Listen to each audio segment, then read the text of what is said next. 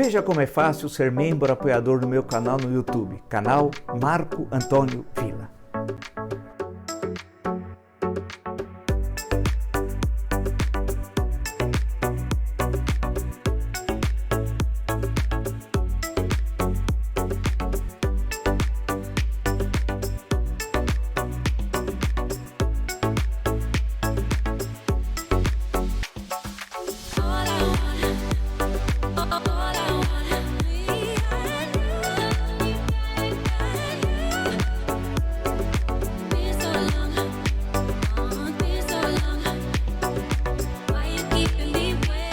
Olá, estamos começando o nosso encontro de hoje. Agradeço as mais de 120, já estamos chegando a 126 milhões de visualizações, graças a vocês que acompanham o nosso canal.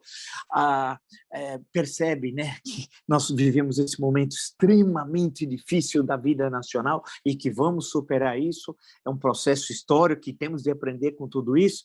Então, você que gosta do canal, do conteúdo, das lives, das entrevistas, da perspectiva, e temos muitas novidades aí que nós estamos desenvolvendo, indique o canal a uma amiga ou um amigo. É muito fácil, canal do YouTube, Marco Antônio Villa, diga para ativar o sininho, que são as notificações e avisa as novas postagens, né? Coloque like no que vocês gostaram e utilize como vocês bem fazem e mostre engajamento na página dos comentários, né? O importante, eu sempre digo, e não é exagero, a necessidade de ser um apoiador do canal. Isso é hiper importante, especialmente nessa eleição que nesse século XXI certamente é a mais importante. E é fundamental garantir um espaço como esse, fortalecendo o jornalismo independente, de qualidade, plural, republicano e democrático, que é muito fácil. Basta você ser um membro apoiador do canal. Clique lá no membro apoiador do canal e você tem duas formas de apoiar o canal, tá bom? Isso é muito importante. Lembro que no Twitter podem me seguir pelo Villa Marco Villa, no Instagram, @Marco Antônio Villa Oficial, e no TikTok, estamos lá também, Marco Antônio Villa Oficial. Bem, além de todo o noticiário, acompanhando a reabertura, também depois a reabertura do ano, início do ano judiciário, agora a reabertura do legislativo, né? Na sessão do Congresso Nacional. Agora, como nós estamos dizendo, ninguém segura, né? Já estamos vivendo o processo eleitoral. Eu gostaria primeiro de destacar alguns pontos muito rapidamente antes de irmos ao nosso tema central. Um deles, e muito triste, é o episódio do jovem congolês e o que aconteceu lá no Rio de Janeiro, né? No quiosque, olha a ironia, Tropicália, lá na Barra da Tijuca, e o assassinato, né? Que é produto, insisto, e não é exagero, desse clima político que nós vivemos aqui. E infelizmente, isso é produto, é mais uma vítima, o rapaz do bolsonarismo. Infelizmente, é mais uma vítima do bolsonarismo, desse clima de violência que foi instituído no Brasil, né? E que o jovem, fugindo da guerra civil lá no Congo, né, de tantos mercenários que lá estão, e a família Bolsonaro conhece essa estrutura internacional de mercenários, olha a ironia também, né? E essa tragédia que ocorreu no Rio de Janeiro. Hoje mesmo, agora há poucos minutos atrás, estava lendo na edição online da Folha, o Rui Castro, né? E ele falou pega uma obra literária e uma obra cinematográfica, né? E aí ele discute a questão que os personagens ali são derrotados, os personagens do mal, né? Mas o tempo passa e aquele espírito do mal dos dois personagens na obra literária e na outra cinematográfica permanece. Essa é a questão-chave. O bolsonarismo e suas mazelas vão permanecer após a derrota eleitoral acachapante que terão em outubro desse ano. Esse vai ser um desafio para a democracia brasileira.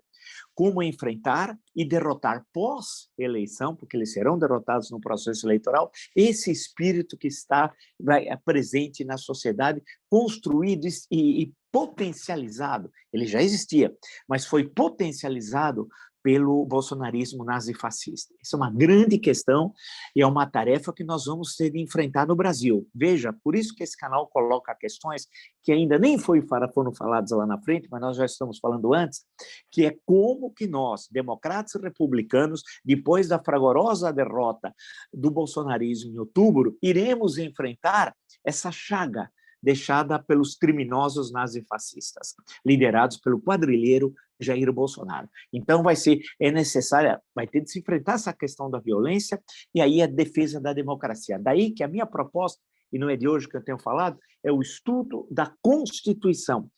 Como diz o doutor Ulisses, na promulgação da Carta 5 de outubro de 88, da Constituição Cidadã nas escolas. E esses princípios começarmos ali, né, com as crianças, com os adolescentes, né? É um primeiro espaço, não único, mas é essencial. Nas escolas militares, né, do Exército, da Marinha e da Aeronáutica, e em todas as polícias militares. É absurdo que depois de mais de 30 anos de promulgação dessa carta e de redemocratização, as polícias militares continuam agindo da mesma forma. Isso é intolerável, intolerável. Isso tem de ser enfrentado. Né? Acabou, não é vingança, nada disso. Estou falando enfrentado no sentido da melhoria dessas polícias militares, das Forças Armadas, né? De entender o que é uma democracia, que para eles ainda estamos numa ditadura. Isso não pode ser, temos de mudar. Tá? E esse espírito na sociedade, esse espírito do mal, da crueldade representada pelo nazifascismo bolsonarista. Quer mais um exemplo?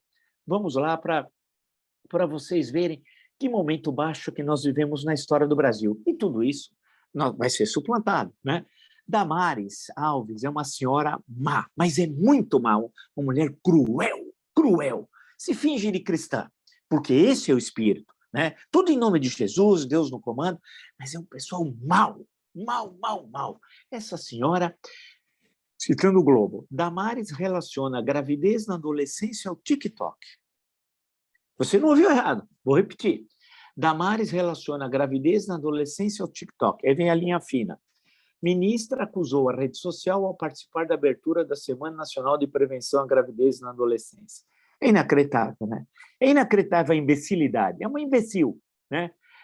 Desculpe usar essa expressão, que não é educada, é verdade, mas é de uma imbecilidade atribuir o TikTok a gravidez precoce. É inacreditável. Essa gentalha, como diria a doutora Florinda, mãe do sociólogo Kiko, né? Essa caterva, como eu digo, nós vamos ter de limpar, né? Vai para a lata de lixo da história. E essa senhora ameaça ser candidata ao Senado por São Paulo, indicada pelo criminoso Bolsonaro, o demônio Bolsonaro, o Asmodeu, né? Mas ela está em dúvida, ela não sabe se vem para candidata em São Paulo, ela não conhece, se pegar o mapa, ela não sabe, né? Ou ela vai para o Amapá, que ela diz que quer ajudar os índiozinhos, ela infantiliza a questão indígena no Brasil, os índiozinhos do Amapá. Essa é a senhora cruel, má, que diz que a gravidez na adolescência, a culpa é do TikTok. Bem, não é fácil, hein? Não é fácil, mas vamos em frente, vamos em frente. Eu acho que a questão central é o perigo representado, e essa é uma questão que eu fui o primeiro a levantar, já desde a sexta-feira, né? E já tenho levantado ao longo de várias lives, mas na sexta eu coloquei o dedo na ferida, e aí teve, né, muitas repercussões, muita gente falando sobre isso, mas eu tenho sempre destacado, e os fatos cada vez mais reforçam isso, que a extrema-direita mundial, nazista, fascista, racista, homofóbica e antissemita, tem o seu candidato aqui no Brasil, que é o fantoche da extrema-direita nazi-fascista mundial, um fantoche a serviço de interesse estrangeiro, portanto, um traidor. Como é que ele se chama? Jair Bolsonaro. E a extrema-direita mundial, Steve Bannon já falou isso, eu tenho reforçado aqui, porque aguardem, eles vão fazer de tudo para interferir no processo eleitoral brasileiro, já consideraram que a eleição que interessa para eles, nazifascistas, é a eleição brasileira. E eles têm um fantoche aqui, que é o Jair Bolsonaro. E vão gastar muito dinheiro no processo eleitoral brasileiro, através de fake news. E tem aqui quem vai instrumentalizar esse esquema, que é o criminoso Carlos Bolsonaro, que faz parte da quadrilha liderada pelo seu pai. Eu tenho dito isso sistematicamente, que esse elemento, ele é um cidadão, ele é caso de polícia, ele é um homem perigoso à ordem pública, à ordem legal, ao Estado democrático de direito. E tenho sempre destacado que ele está construindo com auxílio, inclusive, de alguns, muito poucos, mas milionários brasileiros nazifascistas, muitos já citados aqui nos nossos encontros, gente da pior espécie, ressentidos, medíocres, que têm ódio ao conhecimento, que são traidores da pátria, e que têm dinheiro. Lembra do Pandora Papers? Todo mundo esqueceu do Pandora Papers, né? Lembra os liberais? Liberais entre aspas, não são liberais coisa alguma, em essência. Imagina se o Stuart Mill conhecesse os liberais brasileiros, teria vergonha. Cadê o... Até, lembra do Pandora Papers? E a turma que tem todo o dinheiro lá fora? E aí? Todo mundo esqueceu, eu não esqueci. Assim como da mansão de chocolate de Flávio Bolsonaro, assim como da mansão da segunda esposa de Bolsonaro, que colocou a casa no nome de um laranja. Qualquer um viu que na hora onde o cidadão morava, tal, todo mundo esquece. Mas, para não perdermos o fio da meada, o Carlos Bolsonaro também aqui financiado por essa extrema-direita nazifascista brasileira. Mas o grosso do dinheiro está lá fora, nesse esquema mundial. E eles vão bombardear o TSE, tentando destruir o registro de títulos, através de um ataque cibernético. Né? Vão no dia 2 de outubro, no dia das eleições, também no dia 30, no segundo turno, que ocorrerá ou nos governos dos estados, nós temos 27 unidades da federação, ou para a presidência da república, se não for ao menos para muitos estados, e assim sucessivamente. Bem, eles vão atacar, e tem o Carlos Bolsonaro como seu representante, ele tem de ser preso. Para que nós tenhamos um processo eleitoral tranquilo no Brasil, há uma condição sine qua non. Você vai me perguntar qual? A prisão de Carlos Bolsonaro. E por que Carlos Bolsonaro? Algum problema pessoal? Claro que não. Nós estamos discutindo política. Ele é chefe de uma quadrilha do Gabinete do Ódio, que está dentro do Palácio do Planalto, pagou com dinheiro público, inclusive. E ele está articulando com os criminosos que estão ali no Palácio do Planalto, com aquela pandilha, com aquela malta, com aquela caterva, né? Tentar desmoralizar as eleições, porque eles sabem que já perderam. Eles têm instrumentos em concessionários de rádio e TV, né, que vão ter de enfrentar uma nova ordem legal. É mais uma tarefa que nós temos, pós-outubro, né? Rever as concessões de rádio e TV, discutir com a sociedade civil. Não é censura, não é controle social da mídia, nada disso. Agora, o que tem não pode continuar. Né? E a pandemia mostrou isso, especialmente a pandemia. Os criminosos que são concessionários de rádio e TV, especialmente um de rádio, não pode se repetir isso outra vez. Né? Isso nós temos de enfrentar com o que tem a legislação brasileira, coordenamento legal com a Constituição. Sempre ela é a nossa, dela nós nunca nos afastamos. Né? A Constituição de 5 de outubro de 1988. Então, o cenário é claro que o bolsonarismo está derrotado. E aí vem as ações desesperadas. E aí eu coloco o Carlos, vou voltar a isso daqui a pouco, a essa questão, o Carlos como um elemento, o Carlos Bolsonaro, que o pai designou para fazer esse papel de conturbar o processo eleitoral, produzindo fake news, são notícias falsas, criminosas, e para jogar brasileiros contra brasileiros. O sonho do bolsonarismo, do nazifascismo, é uma guerra civil no Brasil. E temos de evitar isso, e evitar, começando com o primeiro ponto, prisão de Carlos Bolsonaro. E não falta razões para ele ser preso. Os inquéritos realizados mostram que se ele continuar solto, esse criminoso, ele vai ameaçar adversários, vai destruir provas, né? E vai continuar com a sua ação delituosa, é um criminoso, portanto, que tem de estar na cadeia, até para que as investigações possam ter bom termo. Bem, e por que eu estou dizendo tudo isso e lembrando do Bolsonaro? Vamos lá, só para citar. Hoje, o Bolsonaro, né, ele aproveitou para provocar, eu estou citando Folha de São Paulo, como provoca outros poderes um dia após as cobranças de Fux e Barroso. Eu já vou falar dessa questão daqui a pouquinho. Ele disse hoje, durante um ato no Palácio do Planalto, geralmente, olha o que ele disse, o criminoso. Ele está desesperado, hein? E seus asseclas, que é uma quadrilha, né? Disse o criminoso Bolsonaro, abre aspas, geralmente quem leva um país para a ditadura é o chefe do executivo. No Brasil é o contrário. Quem segura o Brasil para não caminhar rumo à Venezuela é o chefe do executivo. Tem muita gente de outros poderes conscientes. Alguns poucos não sei o que pensam, mas vamos fazer a nossa parte. Vamos nos empenhar. Vamos cada vez mais fazer valer a força da nossa Constituição. Nós jogamos dentro das 4 linhas. Vamos cada vez mais exigir que o outro lado, alguns poucos do outro lado, pouquíssimos, jogam dentro das 4 linhas. Mas quem é o outro lado? Ele está se referindo ao Supremo Tribunal Federal? É isso que ele está falando? Ele está ameaçando outra vez dar um golpe de Estado? Vocês estão percebendo? Ele é um homem covarde, nós sabemos. É um homem covarde. Cruel, mas covarde.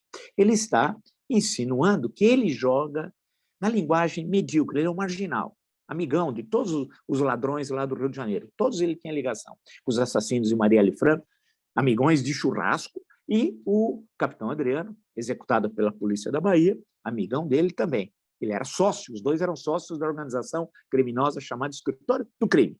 Sócios. Bem, o criminoso que chegou ao Palácio do Planalto, um momento de vergonha nacional, né? Ele está dizendo que joga nas 4 linhas e que outros não. Ao dizer que outros não, ele está dizendo que os outros, o Supremo Tribunal Federal, está rompendo com a ordem legal, portanto, ele pode fazer o que ele quiser, que é o golpe de Estado. Outra vez.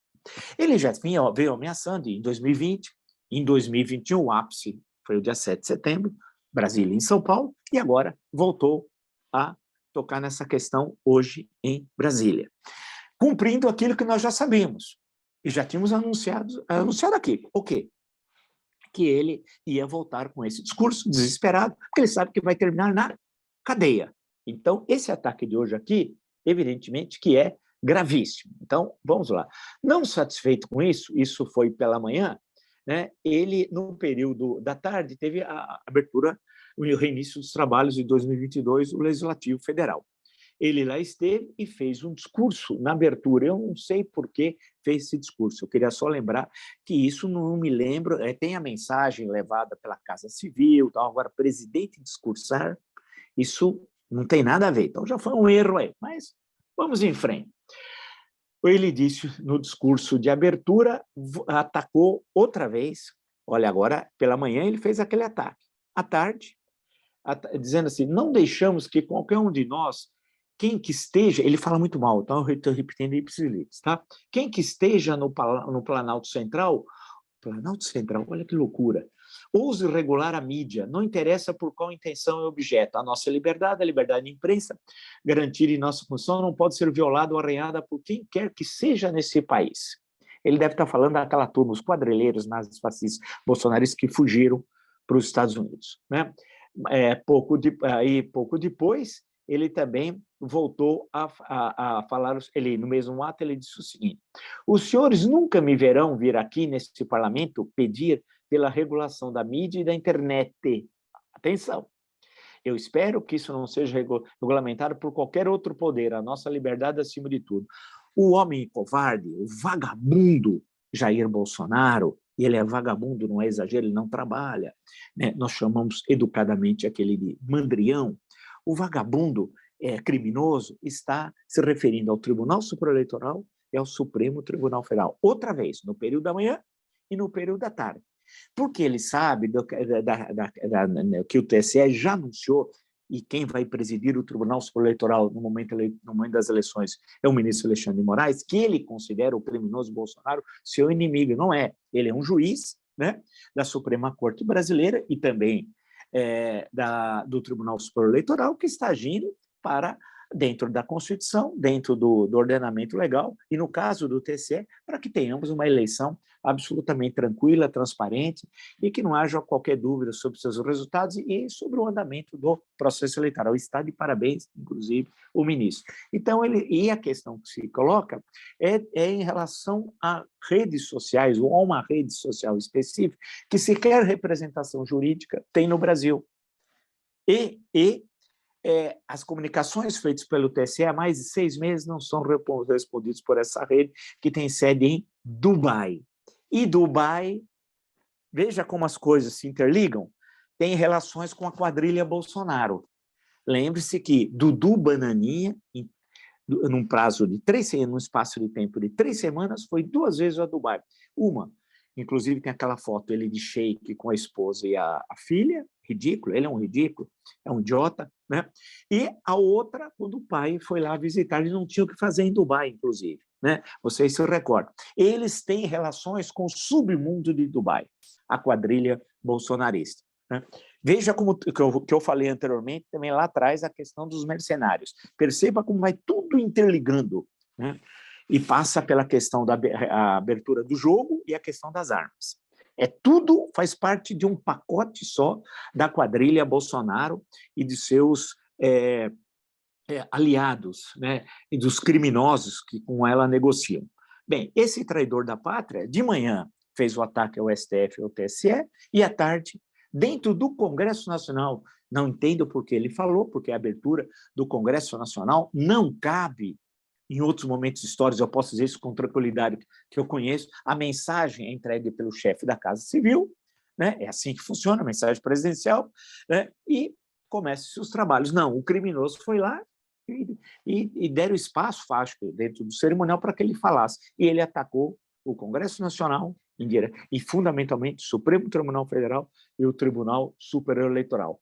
Já que, de passagem, eu falei do Bananinha, eu gostaria só de destacar aqui um ponto que o Bananinha, ele, por exemplo, houve um acidente na Marginal Tietê, que agora diz que daqui 3, 4 dias está tudo resolvido, a tubulação de esgoto da Sabesp rompeu, perto de uma futura estação do metrô, tem lá o Tatuzão. Tatuzão é aquela máquina, né, que vai isso desde os anos 70, quando a primeira linha foi a linha Norte-Sul, né, que foi feita aqui, Santana-Jabaquara, na época Santana-Jabaquara, depois houve extensão até Tucuruvi, né? E aí todo mundo acompanhava aquilo, que foi uma grande novidade, o Jornal da Tarde, que foi um periódico fantástico, que eu adorava, e que tinha muita preocupação com a cidade de São Paulo, acompanhou isso para e passo, desde aquela... Bem, agora houve aquele acidente, que ainda, graças a Deus, sem nenhuma vítima, mas que causa, claro, um transtorno na cidade, porque as marginais, a Marginal Tietê, e aí acaba tendo reflexo também na Marginal Pinheiros, a Marginal Tietê é fundamental para a cidade. E ele fez piada, começou a dar risada, falando em transposição do Tietê, junto com aqueles cangaceiros que cercam, todos para a cadeia. O lugar de toda aquela malta é a cadeia. Né? Não vamos nos esquecer dessa gentalha, hein? Esse é um compromisso que nós temos de ter. Não é vingança, nada disso, é justiça. Aquela gentalha, aqueles cangaceiros, têm de ir para a cadeia, né? Junto com ele, o chefe da quadrilha. E aí eu fico pensando, onde está Dudu Bananinha? Né? Onde é o deputado mais votado por São Paulo? O nome dele, certo, é Dudu Bananinha. O apelido é Eduardo Bolsonaro, certo? Perfeito? Onde está Dudu Bananinha? Na Disney? Não, mas aí diz que ele voltou, tem uma foto dele com o Valdemar da Costa Neto, presume-se que em Brasília, né? E cadê? Ele não fala nada sobre São Paulo, né? Eu espero que o Tribunal Regional Eleitoral, que alguém demande, não sei se partido político, que ele falsificou o domicílio eleitoral, né? Portanto, ele tem de ser impugnado se ele quiser ser candidato. Se for pelo Rio, não tem problema, que ele mora lá, não mora aqui. Nada, evidentemente, contra o Rio, mas o domicílio eleitoral obriga que seja verdadeiro, não seja falso. E ele está querendo dar um tapa na cara nas autoridades eleitorais de São Paulo e do Tribunal Superior Eleitoral. Né? Temos de ficar atento. Este homem é perigosíssimo à ordem pública. E o criminoso, por exemplo, é um fato importante, e o pai ainda dando risada. E por que eu insisto na questão da prisão de Carlos Bolsonaro? Veja, citando o Globo, o ministro Luiz Roberto Barroso, também do STF e do Tribunal Superior Eleitoral, só esclarecendo a quem nos acompanha, que é necessário entender a política brasileira. Por que alguns ministros, eu falo que é do Supremo e do TSE? É rotativo. O Tribunal Superior Eleitoral, composto de 7 ministros, 3 do Supremo Tribunal Federal, é rotativo, um deles vai presidir a corte, 2 do Superior Tribunal de Justiça, portanto 5, 3 mais 2, 5, e outros 2 são advogados, especialistas em direito eleitoral, e que podem ter eleitos depois, e que podem ter mandato de 2 e com a possibilidade de permanecer mais 2 anos na corte. Portanto, são 7 juízes. Perfeito? Bem, o ministro Barroso, que no momento também está no TSE, do Supremo Tribunal Federal, né, disse, citando o Globo, Barroso diz que dados do TSE vazados por Bolsonaro, abre aspas, auxiliam milícias digitais e hackers. Segundo o presidente do TSE, não há adjetivos, olha lá, não há adjetivos para descrever a conduta do presidente, que expôs a estrutura interna de TI da corte. É um negócio inacreditável, né? Eu vou agora citar a frase completa do ministro Luiz Roberto Barroso. Ninguém fornece informações que possam facilitar ataques, invasões e outros comportamentos delituosos. Tudo aqui é transparente, mas sem ingenuidades.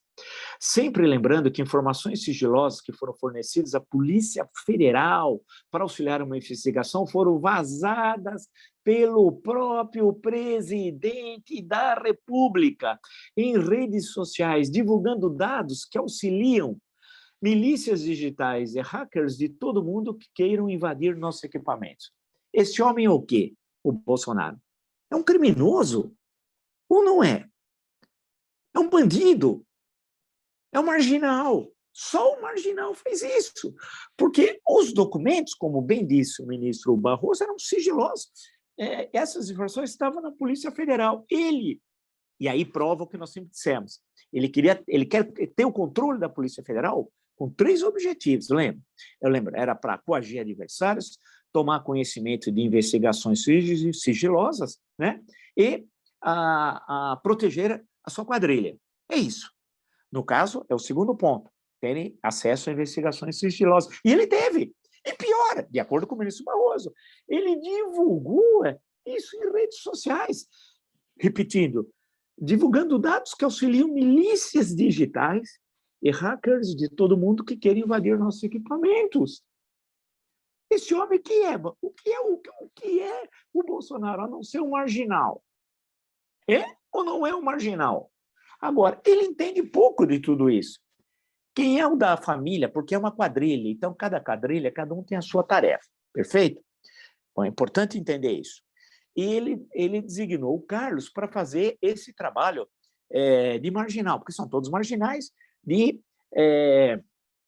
criar as milícias digitais, ter esse diálogo com hackers do mundo inteiro e tentar desmoralizar o sistema eleitoral brasileiro, o sistema do TSE, tão brilhante, tão importante para a democracia brasileira, que permite que, por exemplo, no dia 2 de outubro, à meia-noite, nós já sabemos os resultados das eleições das 27 unidades de federação, do governo da União, para deputado estadual, deputado federal e Senado. Vai ser 1/3 a renovação do Senado, né?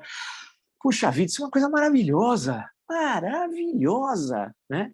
Eles querem destruir tudo isso, eles querem criar uma situação que a balbúrdia, para no dia da eleição ninguém saber o resultado. Portanto, o pai é traidor da pátria, o pai tem de ir para a cadeia. Mas o primeiro passo para levar o pai para a cadeia é levar o filho, Carlos Bolsonaro. Por isso que ele está querendo algo que eu fui o primeiro a cantar bola. Depois o pessoal repetir, mas foi aqui. Vocês sabem, né? Tem as datas, não dá para, né, reescrever o passado. Isso na democracia não dá. Nas ditaduras, sim. No livro 1984, lembra? O personagem Winston, que ele vai reescrevendo a todo momento o passado, reescreve, aí depois falam, não, agora não é mais aquele passado, é outro. Ele voltava a reescrever. O livro é fantástico, fantástico, né? Mas eu tenho insistido, falando, olha, qual é a estratégia, o que eles estão fazendo. Eu disse na sexta, qual é o que o Bolsonaro, uma das possibilidades que o marginal Bolsonaro está pensando fazer é renunciar à presidência e ser candidato ao Senado. Com isso, ele mantém o foro privilegiado, mas tem uma questão mais importante que isso. Ele seria candidato ou pelo Rio ou por Goiás. Qual é a outra? Goiás ou Mato Grosso, perdão. Mato Grosso, tira o Goiás, tá? Seria, mas principalmente o Rio, ok? Importante isso. O que ele quer salvar? É o filho. E por que o filho não pode ser candidato ao cargo? Aí você vai dizer assim, mas o Bananinha, o Dudu Bananinha, que é o nome verdadeiro, o apelido é Eduardo Bolsonaro, o Dudu Bananinha vai ser candidato, mas pode, porque ele já era deputado federal quando o pai foi eleito presidente da República. O Flávio não é candidato, porque ele está na metade do mandato de senador, que é um mandato de 8 anos. Então, e esses têm todo o foro privilegiado, mas o Carlos não tem. E ele vai para a cadeia. O Bolsonaro sabe que o Carlos vai para a cadeia. Então, era um meio de tentar eleger o deputado federal, né? E ele, portanto, o Bolsonaro sair na presidência para garantir o filho criminoso para ele ter um espaço, ao menos, de defesa antes de ir para a cadeia, porque logo vai para a cadeia. Eles só estão adiando esse processo de ir para a cadeia. Então, eu falei, olha, a manobra que ele está fazendo. Aí outros repetiram no sábado, domingo, na segunda, mas foi aqui. nesse espaço. E faço questão sempre de lembrar, porque esse é um espaço diferenciado. Nós estamos tentando aqui não só ler a conjuntura de forma diferente, mas e mostrar como nós estamos corretos, e os fatos mostram isso, como entender esse conjunto de informações que muitas vezes, e a internet dá um excesso, até você fala assim, mas o que é tudo isso? Nós estamos fazendo um liame entre um fato, outro fato, outro fato, e mostrando que há uma linha, um caminho nisso tudo. No caso, o caminho dos nazifascistas bolsonaristas. Então, é necessário entender, igual na história, quando você se debruça sobre o objeto, você tem um montão de informações sobre o seu recorte. E aí, o que você vai fazer? Aí você busca um ordenamento racional daquilo. E o que é relevante e o que não é, o que você dispensa como informação, o que você não dispensa. E isso é muito importante no trabalho do pesquisador, quando está fazendo um trabalho de mestrado, uma dissertação de mestrado, uma tese de doutorado, né? É como você trabalha com o seu objeto. É lembrar que, nesse caso, é o trabalho pós-factum. E como é pós-factum, você tem sempre... Não pode esquecer que os protagonistas da história que você está analisando, já que é pós-factum, não sabiam do que ocorreu. Você sabe, como pesquisador, e eles não. Então, tem que evitar um anacronismo. Isso é básico, condição sine qua non para fazer um trabalho de história política, por exemplo, né? E isso é essencial. Então, eu apresentei tudo isso, e agora você veja como ele reforçou hoje em 2 atos, o Bolsonaro, os ataques. E isso ele quer criar, ele está querendo criar esse clima conturbado, de tensão, de caos. Esse tipo de liderança precisa do caos. Né? E cada vez mais essa minha interpretação se reforça com os fatos. Então, não tem aquela história, eu lembro de uma capa, em agosto, acho, Bolsonaro agora com o Centrão, o Big Center, vamos chamar de Big Center. Bolsonaro com o Centrão, agora está tudo tranquilo, agora teremos uma tranquilidade política. Eu dando risada, eu falei, acho que um banco que é dono daquilo está querendo aquilo para ter alguma especulação na bolsa, no câmbio, porque isso não é verdade. Qualquer um percebe que não é. Basta ter um pouquinho de sensibilidade analítica que sabe que aquele deslocamento dele para o Centrão é que ele precisa desse apoio político para se garantir na presidência da República frente aos crimes inúmeros de responsabilidade. Ele é o presidente mais criminoso da história do Brasil. Ele é o presidente mais criminoso da história do Brasil. Então, você não pode, numa pesquisa acadêmica ou num processo de análise no calor da hora, cair nessas manobras diversionistas. Né? Eu digo isso rapidamente, porque no meu livro, eu vou até amanhã, acho que voltar a falar, no meu livro sobre o governo Collor, eu acho bem interessante, é um trabalho que os que conhecem a economia dizem que é a melhor explicação de toda a discussão teórica, que é complicada, do plano Collor, está aqui, né? Nesse livro aqui, Collor, presidente, 30 meses de turbulências, reformas, intrigas e corrupção. Bem, quando eu trabalhei com esse objeto também, eu sei o que aconteceu, os agentes naquele momento histórico não sabiam, e como a história é surpreendente. Bem, não vou usar o Johnny Alf, porque eu falei aqui e todo mundo começou a repetir o Johnny Alf, mas o curioso aqui, por exemplo, no início de maio de 1992, na primeira semana, ninguém falava de impeachment de Fernando Collor, já estavam discutindo o cenário eleitoral de 1994. E por quê? Porque o mandato de Fernando Collor, que foi eleito em 1989, era de 5 anos, depois que houve uma mudança constitucional para 4, e a posterior é que houve a aprovação da reeleição. Então, são 3 momentos. Né? Então, era de 5 anos e as pessoas já estavam discutindo o processo eleitoral de 94. Aí, o irmão Pedro Collor deu uma entrevista à revista Veja. Lembra da capa? Pedro Collor conta tudo, era o título. Bem, e ali mudou tudo. Então, a história tem essas surpresas, né? Por isso que quando eu vejo esses movimentos de peça que o Bolsonaro faz com aqueles quadrilheiros, aquela malta que está ali no Palácio do Planalto, um desses movimentos é esse, a renúncia para salvar o filho criminoso. Se isso não ocorrer, que é uma possibilidade, né, evidentemente, a questão para nós termos tranquilidade política no processo eleitoral, que é tão importante para nós discutir ideias, projetos, planos, isso que nós precisamos, né, nessa eleição, nos estados e no governo da União, uma condição indispensável. Qual? A prisão de Carlos Bolsonaro. Se você gostou dessa e tantas outras lives no meu canal, e já está entre os assistentes, são mais de 125 milhões de visualizações, muito obrigado, mas muito obrigado mesmo.